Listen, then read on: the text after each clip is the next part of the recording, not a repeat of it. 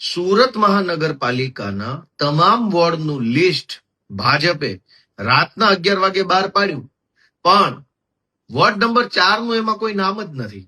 Ward number 4 આખાનો હજુ ઉમેદવારો બહાર નથી પાડ્યા અને માહિતી એવી મળી રહી છે કે સીધા ટેલિફોન કરી અને સીધા એને ફોર્મ ભરવા મોકલી આપશે. કેમ?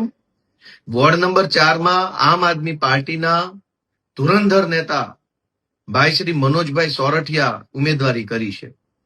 મનોજભાઈ સોરઠિયા આમ આદમી પાર્ટીના 2012 થી જોડાયેલા સૌથી જૂના અને નિષ્ઠાવાન કાર્યકર્તા છે અને આ વખતે આમ આદમી પાર્ટીએ નક્કી કર્યું કે વોર્ડ નંબર 4 માંથી મનોજભાઈ સોરઠિયાને ચૂંટણી લડાવી અને આમ આદમી પાર્ટીનું નેતૃત્વ સોંપવું છે.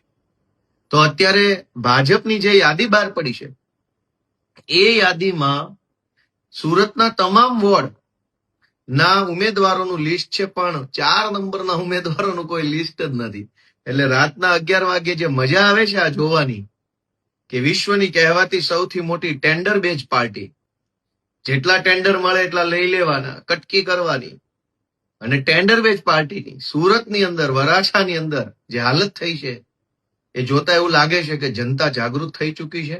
વોર્ડ નંબર 4 ની અંદર મનોજભાઈ સોરઠિયાએ ઉમેદવારી કરી છે.